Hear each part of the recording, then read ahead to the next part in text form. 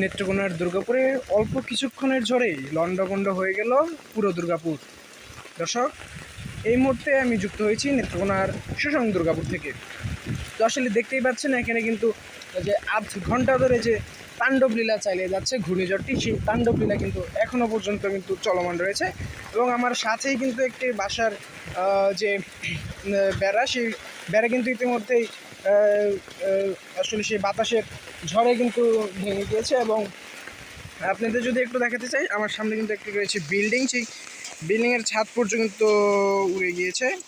তার সাথে সাথে কিন্তু এখনও যে মুষলধারে বৃষ্টি, সেই বৃষ্টি কিন্তু এখনও চলমান রয়েছে। তার সাথে কিন্তু যে বাতাস, কালবৈশাখী সেই ঝড়ো বাতাস কিন্তু এখনও চলছে। এবং তার সাথে সাথে যে বৃষ্টির কারণে কিন্তু যে আমার পাশে যে পুকুরটি দেখতে পাচ্ছেন, সেই পুকুরের পানি কিন্তু উপচে গিয়ে এখন কিন্তু রাস্তায় উঠে পড়েছে ইতিমধ্যেই। এবং আশেপাশের যে বাসিন্দারা রয়েছেন তারা বলছেন গত কয়েকদিন ধরেই কিন্তু আসলে এরকম বৈরী আবহাওয়ার মুখোমুখি হচ্ছেন তারা। সত্যম চক্রবর্তী, এটিভি সংবাদ, দুর্গাপুর।